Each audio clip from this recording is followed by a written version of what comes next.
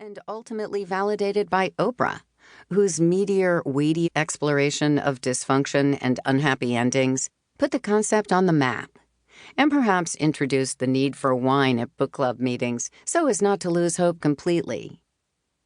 Our book club was started in 2004 by Annelle Barrett, who owns Between the Covers bookstore, which takes up the bottom floor of the historic home she lives in.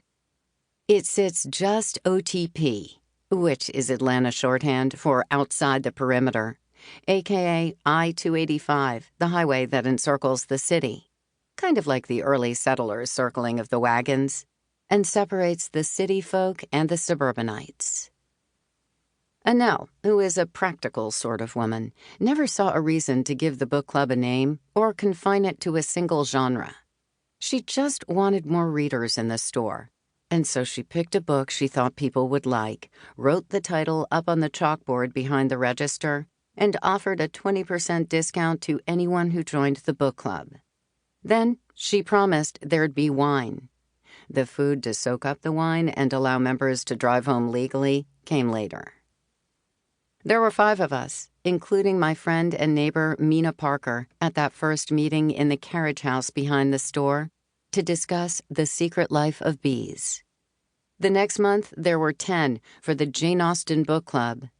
He's Just Not That Into You, requested by then 25-year-old twins Wesley and Phoebe, who kept falling in love with the same commitment-phobic guys, took us to 15 members.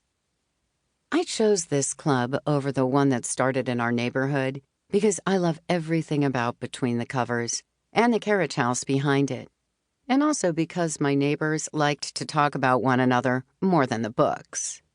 Plus, a few doors from home is not far enough away to avoid coming back for an especially messy meltdown, a lost cell phone, or a science project that is suddenly and inexplicably due. Over the last 14 years, we've read 154 books, which Annelle has duly recorded in an official book club binder that she keeps at the front desk. The group swells and shrinks. We've had 2 different sets of siblings, mothers and daughters, best friends, work friends, and the occasional frenemy. Some members have left, never to be seen again. Others have come back. One member joined as Carl and transitioned to Carlotta, and both of them totally rocked their skinny jeans in a way I've always dreamed of. We've tried out nearby restaurants and bars, but we always end up back at the carriage house. It's a reassuring and comforting constant in a world that can take you by surprise. Like the day I realized that Nathan, my husband of 30 years, had been rewriting our personal history. At first, the revisions were so small I barely noticed. A minor detail reinterpreted. A tiny triumph appropriated and then repeated until it became an undisputed part of our marital history. I never made a conscious decision to allow it, but I didn't call him on his embellishments either. Which, in case you're wondering, is the emotional equivalent of faking orgasms and then being doomed to non-orgasmic lovemaking for the rest of your married life. This is how he became the star of our life together, and I became the supporting player.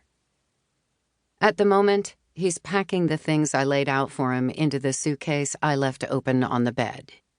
I started letting him think he was actually packing way before the creators of prepackaged meals began putting just enough pre-measured ingredients in a box to convince the person assembling them that they were actually cooking. The first time I did this, the suitcase was made of cardboard. The mattress it sat on was lumpy, and the red and blue striped tie I bought him for his first sales trip came from the sale rack at TJ Maxx. Thanks for picking up the dry cleaning.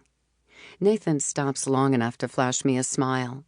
At 58, his hairline is in retreat and his features have begun to blur, but his dark eyes still crinkle at the corners when he smiles, and he can still make a person feel like the most fascinating being on the planet. No problem.